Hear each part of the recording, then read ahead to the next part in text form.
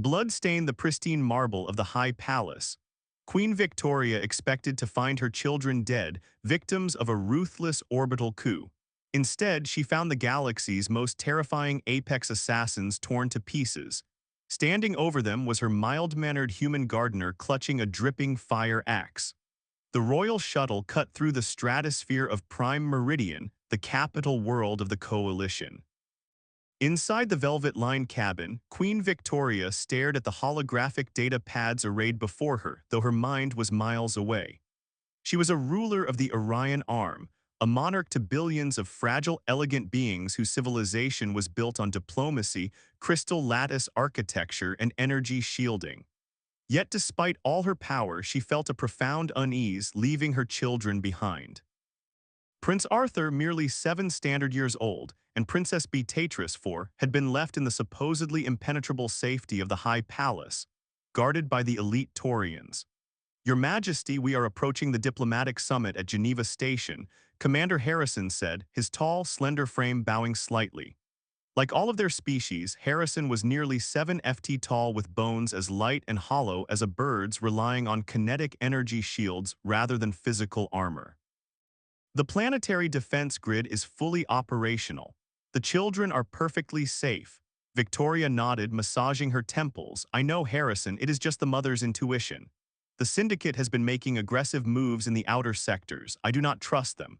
Miles below, on the surface of Prime Meridian, the High Palace was bathed in the golden light of the system's twin suns. In the royal nursery's adjoining maintenance corridor, Thomas Fletcher wiped grease from his forehead with a rag. Thomas was a human. In the wider galactic community, humans were considered a curious anomaly. Coming from Earth, a high-gravity, high-radiation death world, humans were short, incredibly dense, and possessed a bizarrely robust musculoskeletal system. However, they were generally viewed as laborers, mechanics, and engineers rather than warriors. They lacked the elegant biotics of the Coalition races. Thomas worked as a Level 3 HVAC technician for Caterpillar Interstellar, a division of the ancient Earth Machinery Corporation that had cornered the market on heavy planetary infrastructure. Before taking this quiet, pension-backed job, Thomas had served in the 75th Ranger Regiment back on Earth, and later spent 5 years doing high-risk private security for Kennelys in the asteroid mining belts. But he had left that life behind. He was 42, tired of being shot at, and perfectly content fixing climate control scrubbers in a peaceful palace. He tightened a bolt on the thermal exchanger using a heavy steel wrench. Through the glass partition, he could see Arthur and Beatrice playing with anti-gravity blocks. The royal nursemaid, a delicate woman named Genevieve, watched over them. Thomas smiled faintly. He had a daughter back on Earth. Working near the royal children made the crushing vastness of space feel a little less lonely. Suddenly, the lights flickered. Thomas paused, his wrench hovering over the bolt. The low, ubiquitous hum of the palace's kinetic shield generator sputtered, then died completely. "That's not a power surge," Thomas muttered, his military instincts dormant for years, instantly flaring to life. Before he could reach the comms panel, the northern wall of the palace, 3 ft of reinforced crystalline glass shattered inward with deafening violence. The shockwave threw Thomas against the steel bulkheads of the maintenance shaft. Dust and debris filled the air. The concussion was enough to instantly kill Genevieve, whose fragile biology couldn't handle the sudden atmospheric overpressure. She collapsed, blood leaking from her ears. Arthur and Beatrice screamed, huddled together under a play table. Through the smoke, shadows moved. They were clad in matte black tactical armor carrying heavy plasma repeaters. It was the Syndicate, led by the infamous mercenary Captain Gideon. The strike team had bypassed the orbital sensors using stealth drop pods. Their goal was simple: assassinate the royal bloodline to plunge the Coalition into a war of succession. Thomas peered through the maintenance grate. He saw 4 Syndicate commandos step into the nursery. They moved with predatory grace. One of them kicked the play table aside, leveling a rifle at the weeping Prince Arthur. Targets acquired. The commando hissed into his radio, executing. Thomas didn't think. He didn't weigh the political ramifications or calculate the odds. The deep, ancient, terrifying biology of a human being witnessing children in danger overrode his rational mind. Earth evolution had forged humans to be endurance predators, but it had also hardwired them with a hysterical, violent, protective instinct. the adrenal glands above his kidneys squeezed, flooding his bloodstream with epinephrine. His heart rate spiked. Time seemed to slow down. With a roar that sounded more beast than man, Thomas kicked the maintenance grate off its hinges. The heavy steel grating, weighing nearly 80 pounds, flew through the air and struck the lead commando in the chest. The alien's kinetic shield flared, but the sheer physical mass of the grate overloaded it. The commando was thrown backward, his hollow ribs snapping like dry twigs under the impact.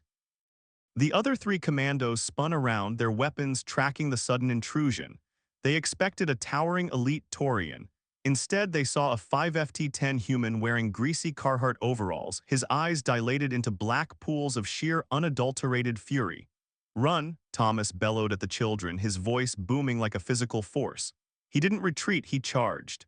A plasma bolt seared past Thomas's ear, the heat blistering the side of his face. He didn't even flinch. On Earth, humans survived bear attacks, car crashes, and falling debris. In a galaxy where combat was decided by energy output and light-speed shielding, raw kinetic brutality was an archaic nightmare. Thomas closed the distance in a fraction of a second. The second commando tried to bring his rifle to bear, but Thomas swung his heavy steel wrench. The tool, forged from dense earth steel, bypassed the energy shield, which was designed to stop high-velocity energy, not slow, massive kinetic strikes. The wrench caved in the side of the commando's helmet. The alien crumpled instantly. The third commando fired, clipping Thomas in the left shoulder. Plasma burned at 10,000 degrees, instantly cauterizing the flesh. It was a wound that would have put a coalition soldier into fatal shock. Thomas merely grunted. The pain only dumped more adrenaline into his system, turning his blood into liquid fire. He dropped the wrench, grabbed the barrel of the commando's rifle, and ripped it out of his hands with terrifying mechanical strength. He spun the rifle around like a baseball bat and smashed the stock into the alien's face plate. "Author Beatrice, into the vent now," Thomas barked, never taking his eyes off the hallway. The terrified royal children scrambled into the maintenance shaft. Thomas picked up one of the fallen plasma repeaters, checked the charge pack, and backed into the shaft after them, slamming the heavy steel maintenance door shut behind him and throwing the deadbolt. Inside the dark, cramped service corridors, the children were hyperventilating. SHH. "It's okay," Thomas said, his voice instantly dropping from a warlord's roar to a gentle, steady baritone. He knelt beside them, ignoring the smoking hole in his shoulder. "I'm Thomas. I fixed the air conditioners. We're going to play a game of hide-and-seek." "All right." Arthur, trembling, looked at the human. They killed Genevieve. "I know, buddy, I know, but they aren't going to get you, I promise." In the nursery, Captain Gideon stepped through the shattered glass, his boots crunching over the debris. He looked down at his three dead commandos. He knelt, examining the crushed helmet of his lieutenant. "What happened here?" Gideon demanded over the comms. "Did the Taurians breach the perimeter?" "Native, Captain." The sniper on the roof replied, "Perimeter is secure, the guards are dead." "But sir, thermal imaging shows a single organic entity in the walls with the targets. It's dense, very dense." Gideon narrowed his eyes, flushed them out. Deep in the walls, Thomas knew he couldn't outrun them. The service corridors led to the palace's central vault, a panic room reinforced with 3 FT of titanium alloy plating. If he could get the kids inside, they would be safe until the Queen's reinforcements arrived. But the corridors were long, and the Syndicate would have motion trackers. He needed to level the playing field. Thomas ushered the kids down the shaft, stopping at a janitorial supply closet integrated into the maintenance route. He kicked the door open.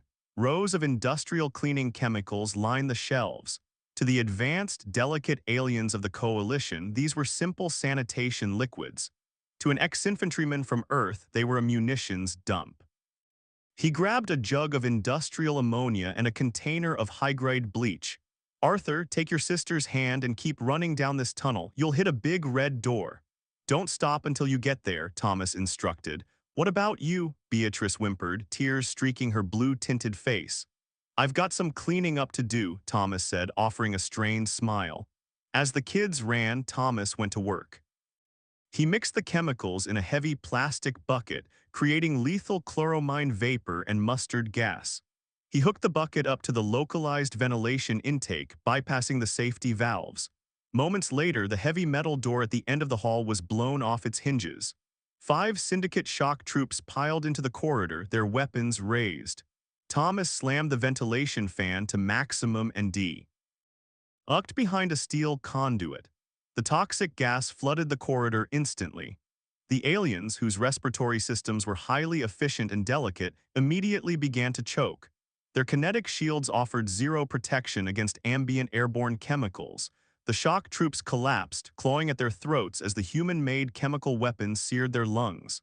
Thomas stepped out from the cover holding a heavy-duty Hilti powder-actuated nail gun he had taken from his toolbox.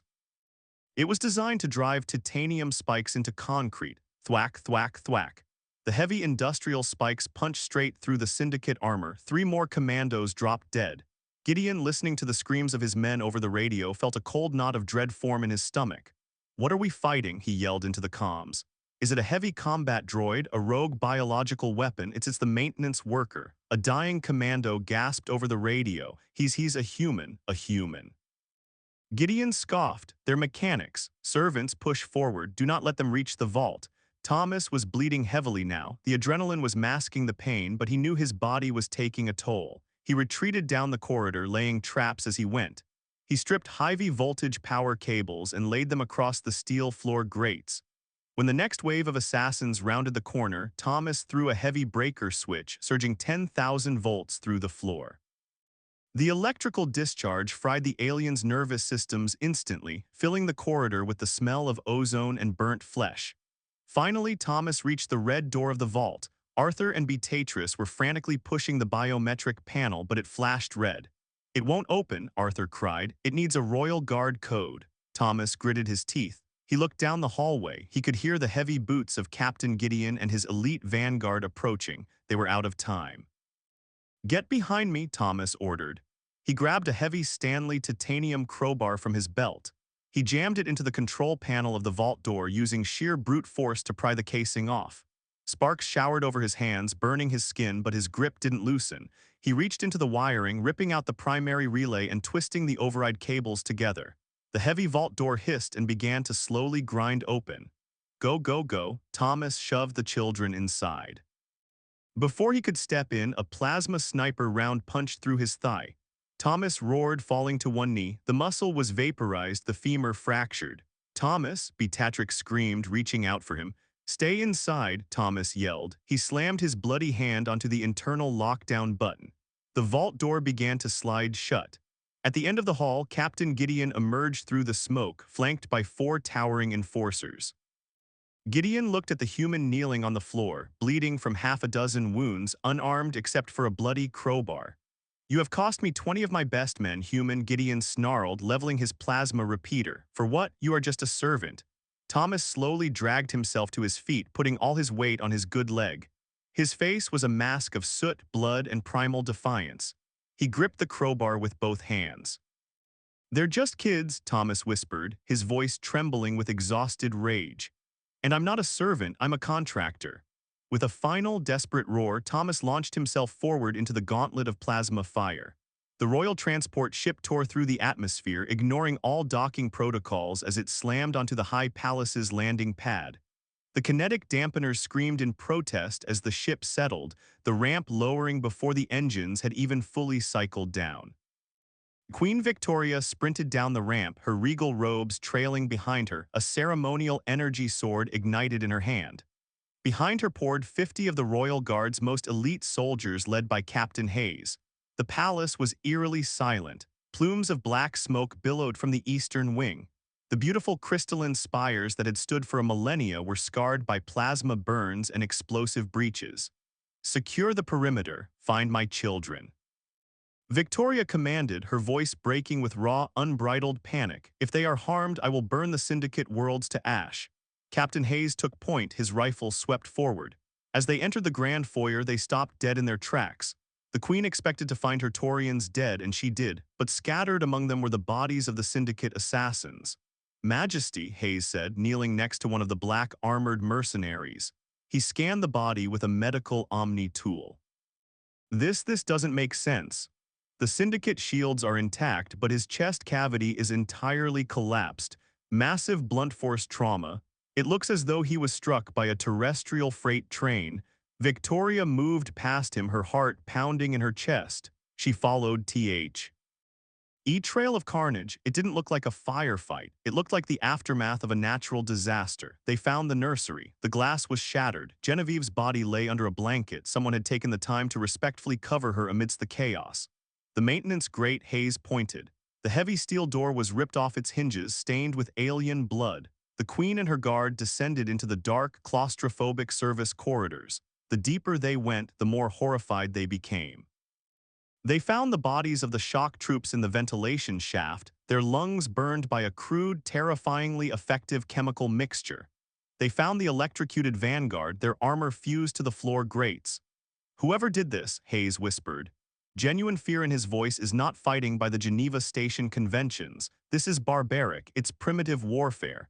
"I don't care," Victoria said, tears streaming down her face as she saw a discarded bloody wrench. "If they saved my children, I will give them half my kingdom." They reached the final hallway leading to the royal vault. The corridor was practically a slaughterhouse. And there, pinned to the wall, was Captain Gideon. The syndicate leader was dead, his eyes wide open in absolute terror. Embedded deep into his chest plate, pinning him securely to the reinforced titanium bulkhead, was a heavy steel Stanley crowbar. Victoria rushed to the vault door. It was covered in scorch marks, dented and battered, but it was sealed shut. "Arthur B. Tatris," she screamed, pounding her fists against the cold metal. "It is your mother. Open the door." For a terrifying, agonizing minute there was only silence. Then a heavy mechanical clank echoed from within. The manual override was being slowly, painfully turned. The heavy blast doors hissed and parted, smoke pouring out from the interior. Victoria dropped to her knees as Prince Arthur and Princess Beatrice ran out, throwing their arms around her neck. They were covered in soot and crying, but unharmed. Not a single scratch marred their delicate skin. "Mother, mother, you came back," Arthur sobbed, burying his face in her robes. "I am here, my darlings, I am here." Victoria wept, holding them so tight she feared she might break them herself. She looked up over their heads into the dim light of the vault. Sitting against the back wall, sitting in a pool of his own blood, was Thomas Fletcher. His Carhartt uniform was shredded. He had taken at least 4 plasma burns to the torso and legs. His left hand was missing 2 fingers, cauterized cleanly off. He looked pale, trembling violently as the massive overdose of adrenaline finally began to leave his system, leaving behind only the agonizing shock of his injuries. Yet in his lap he was holding the broken barrel of a plasma rifle, his right hand still gripping it like a club, ready to swing at whoever came through the door. When he saw the Queen, the tension slowly left his shoulders. The rifle clattered to the floor. Captain Hayes and the medics rushed into the room. Hayes stared at the human, completely, utterly bewildered. "By the stars, you, a single maintenance contractor, you killed 20 elite syndicate commandos." Thomas coughed, spitting a glob of blood onto the floor. He looked up at the towering alien captain, then over to the Queen. "Ma'am," Thomas wheezed, forcing a weak, delirious smile. "The HVAC in the nursery is fixed, but I think I'm going to need to clock out early today." His eyes rolled back and he slumped sideways against the cold metal wall. "Medics!" Victoria screamed, her regal composure completely shattering. She carefully disentangled herself from her children and crawled over to the dying human, taking his heavy, blood-soaked hand in her delicate ones. "Keep him alive. Do you hear me? If he dies, I will execute every physician in this palace. Keep him alive." The medics swarmed him, injecting him with synthetic coagulants and Bofom. "His biology is insane, Majesty," the lead medic said, frantically working over Thomas's chest. "His heart is beating at nearly 200 beats per minute." A coalition citizen's heart would have exploded an hour ago. The sheer density of his bones stopped the plasma from penetrating his vital organs. He is built like a dreadnought. Victoria looked back at the hallway at the trail of slaughtered elite assassins and then down at the quiet, unassuming man who pruned her gardens and fixed her air conditioning. The galaxy had always looked down on humans. They thought them primitive, lacking the elegant finesse of advanced species. They mocked their lack of biotics, their reliance on heavy, clunky machinery like Caterpillar tractors and physical tools. But looking at the carnage, Queen Victoria realized the terrifying truth.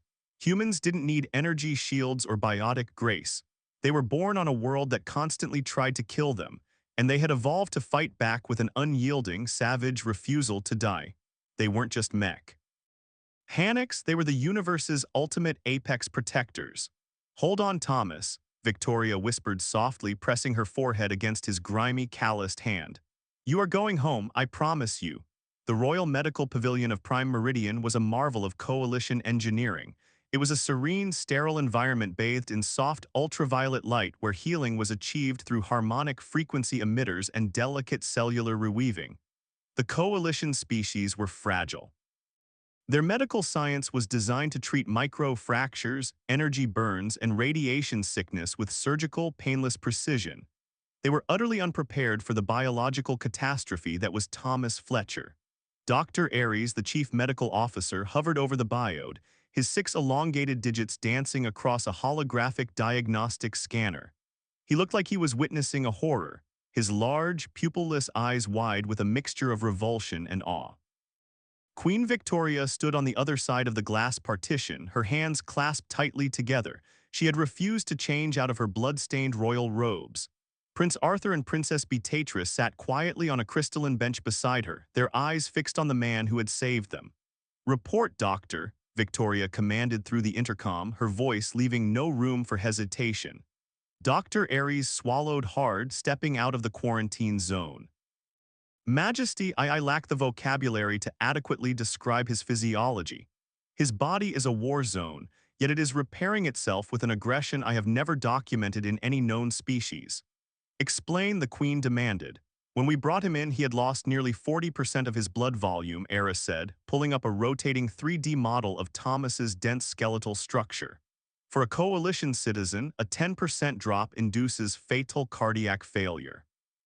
His heart simply beat harder. Furthermore, his blood does not flow like ours. It is thick with heavily nucleated cells that instantly began creating a crude physical barrier over his wounds, a biological concrete, if you will. The humans call them platelets. He is literally cementing himself back together. Victoria looked through the glass. Thomas lay unconscious, heavy bandages wrapped around his chest and thigh. His skin was pale, but his chest rose and fell with a steady, rhythmic, mechanical certainty. And his bones, she asked softly. They are made of calcium phosphate woven in a matrix so dense it is comparable to industrial starship plating, Aries whispered, shaking his head. The Syndicate plasma sniper round vaporized his muscle tissue, but when it struck his femur, it deflected. It shattered the bone, yes, but it did not penetrate the marrow. Majesty, a direct hit from a plasma rifle should have severed his leg entirely. Instead, his body absorbed the kinetic shock. And the most terrifying part, the bone is already beginning to fuse back together. He doesn't just heal, he calcifies. He builds internal armor over his previous injuries. Victoria placed a hand on the glass. He is a father, Dr. Aries. He works for Caterpillar Interstellar to send credits back to a high-gravity death world so his daughter can attend a university. He is not a soldier, he is a mechanic. If this is what their mechanics are capable of, Aries muttered, I pray we never meet their armies. 3 days later, Thomas opened his eyes. The harsh ultraviolet light had been dimmed to a warm, incandescent glow.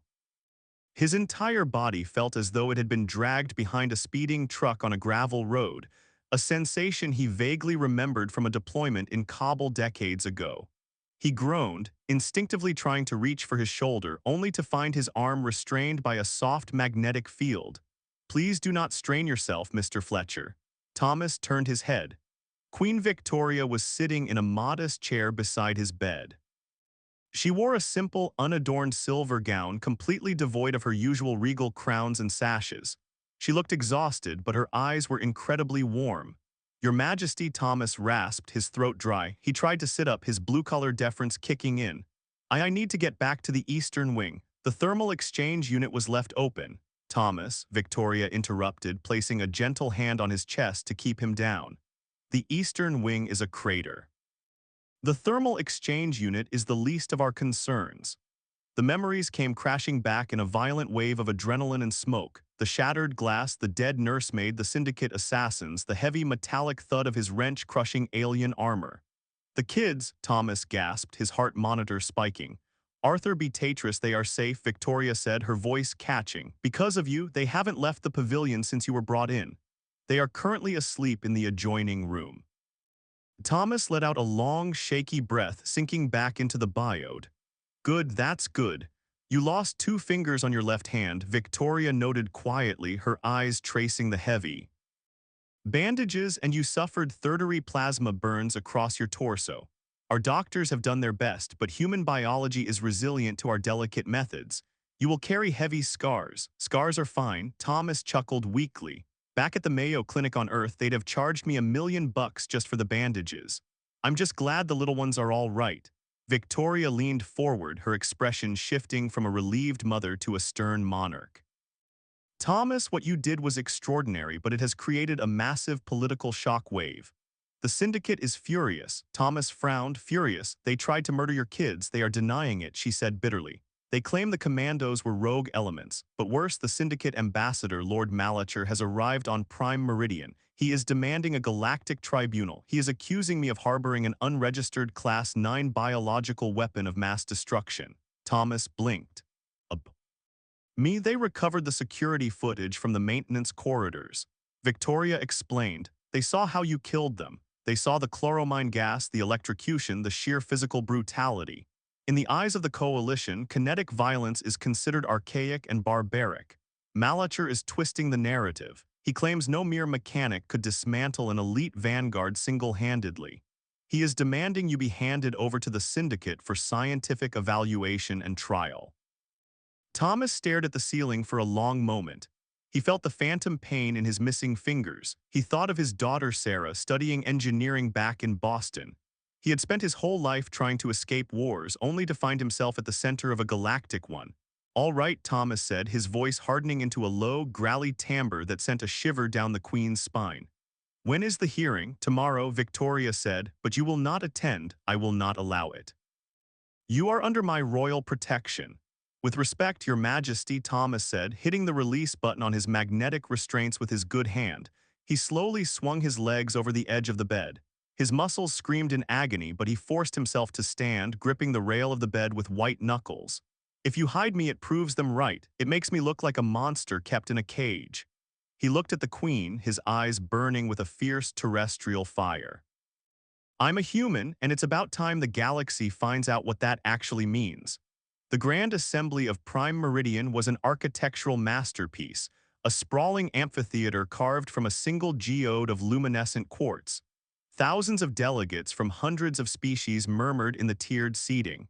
In the center of the room stood the podium, a raised platform where the fate of worlds was debated. Lord Malacher, the syndicate ambassador, stood in the center, his scaled skin shimmering under the lights. He was a tall, imposing reptilian dripping with arrogant confidence. Above him, massive holographic screens played the security footage from the High Palace. The entire assembly watched in horrified silence. They saw the human, covered in grease and blood, rip a heavy steel grating off the wall and hurl it with enough force to shatter a commando's ribs. They watched him weaponize sanitation fluids, common bleach, and ammonia into a lethal trench warfare gas. They gasped as the heavy Hilti nail gun punched through advanced kinetic armor as if it were paper, and finally they saw the end. The human, crippled and bleeding, pinning Captain Gideon to a titanium bulkhead with a Stanley crowbar. Behold, Malacher's voice boomed across the amphitheater. This is not a sentient being. This is a feral beast, a death-world predator masquerading as a laborer. Malacher pointed an accusing finger at Queen Victoria, who sat in the high monarch seat, her face an unreadable mask. Queen Victoria employed this thing in the same halls as her children. We demand reparations for the slaughter of our citizens. We demand that humanity be restricted to their home system. And we demand this creature, this Thomas Fletcher, be executed for war crimes. The assembly erupted into chaotic murmurs. Many of the pacifist coalition species looked physically ill from the footage. Malacher was winning. He was successfully painting the syndicate assassins as victims of human barbarism. Ambassador Malacher, Queen Victoria's voice cut through the noise amplified by the acoustics of the crystal chamber. You speak of war crimes, yet your citizens infiltrated my palace with plasma repeaters, aiming them at a 7-year-old boy. Rogue mercenaries, Malacher spat back. A tragedy, yes, but handled by the authorities, not by a biological weapon. He is not a weapon. A new voice echoed from the heavy mahogany doors at the rear of the chamber. The assembly fell dead silent as the doors opened. Thomas Fletcher walked in. He was not wearing a prison uniform, nor was he wearing his greasy art overalls. He was dressed in a tailored charcoal gray suit, standard formal wear for Earth diplomats. He walked with a heavy limp, leaning on a polished titanium cane. His left arm was in a sling, his missing fingers clearly visible. The scars on his neck from the plasma burns were a stark, brutal contrast to his sharp suit. He looked exactly like what he was, a scarred survivor of a harsh world, possessing a quiet, terrifying dignity. Flanking him were not royal Taurians, but two towering humans in heavy tactical gear. They wore matte olive kinetic plating, bearing the insignia of Constella's Interstellar Security, a private Earth military firm. They carried heavy ballistic assault rifles, primitive weapons by galactic standards but utterly devastating in enclosed spaces. Malacher stepped back, his scales paling. What is the meaning of this? Armed humans in the assembly? Thomas ignored him. He limped slowly down the central aisle, the eyes of 1,000 alien species fixed upon him. He reached the podium, adjusted the microphone, and looked up at the massive screen playing his violent stand in the palace. "My name is Thomas Fletcher," he began, his voice calm, steady, and utterly devoid of fear. "I was born in Detroit, Michigan on the planet Earth. I fix air conditioners." He looked directly at Lord Malacher. "You call me a beast. You call my actions barbaric." Thomas pointed his cane at the screen. "You see a monster, but back on my world we have a saying. There is nothing more dangerous in the universe than a parent protecting its young. I didn't care about galactic politics. I didn't care about your kinetic shields. I saw 4 armed men pointing guns at children who trusted me, so I stopped them." Malacher sneered, "With chemical weapons and crude, blunt instruments. You are a savage." Thomas leaned into the microphone. "Snorts on Earth, we don't fight to look elegant, Ambassador. We fight to survive. You sent assassins who relied on technology that bends light and dissipates energy. You forgot what it's like to be hit with a heavy piece of steel moving very fast. That's not savagery, that's physics." A low murmur rippled through the coalition delegates. The logic was blunt, unrefined, but undeniably true. You want to restrict humanity to our system. Thomas continued, his voice rising, filling the chamber with the undeniable presence of an apex predator. "You want to execute me? Go ahead and try. But know this, I am just a mechanic. I am an old, tired man who fixes pipes for a living. If you declare war on Earth over this, you won't be fighting the mechanics. You'll be fighting the people who trained me." He paused, letting the silence hang heavy in the air. "And I promise you," Thomas whispered, a terrifyingly cold edge to his voice. "You don't want to meet them." Queen Victoria stood up. Her presence commanded the immediate attention of the room. "The tribunal has heard the evidence," Victoria declared. "The syndicate sent murderers to my home. A human stopped them. Therefore, I reject the ambassador's demands in their entirety." Malacher hissed, his frills flaring. "This is an outrage. You risk fracturing the coalition. Your Taurian guard is weak, Victoria. Who will protect your borders when the syndicate retaliates?" Victoria smiled. It was a cold, calculating smile. "You assume I am relying on the Taurians, Ambassador," she said smoothly. She pressed a button on her console. The massive holographic screens shifted from the security footage to a live feed of Prime Meridian's orbital space. Emerging from hyperspace jumps were massive, blocky, unelegant ships. They were built from dark gray titanium, bristling with heavy rail guns, missile pods, and thick ablative armor. They were purely functional, incredibly heavily armed, and distinctly human.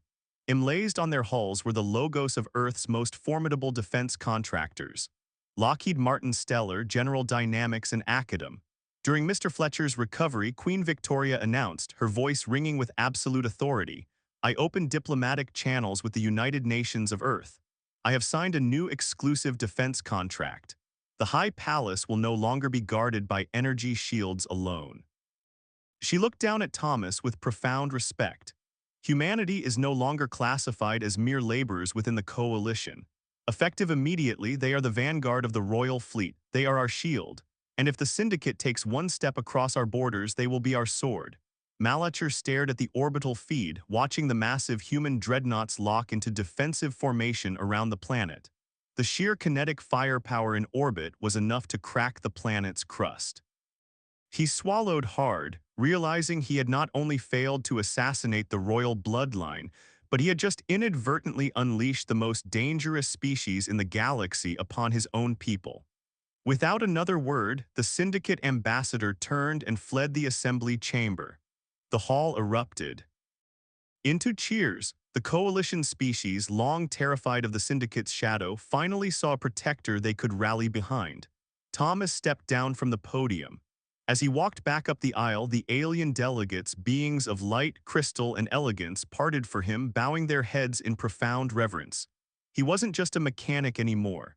He was the man who had drawn a line in the sand with a wrench and a crowbar.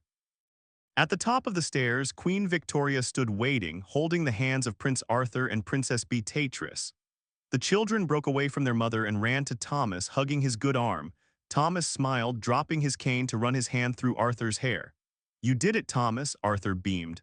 "We did it, buddy," Thomas replied softly.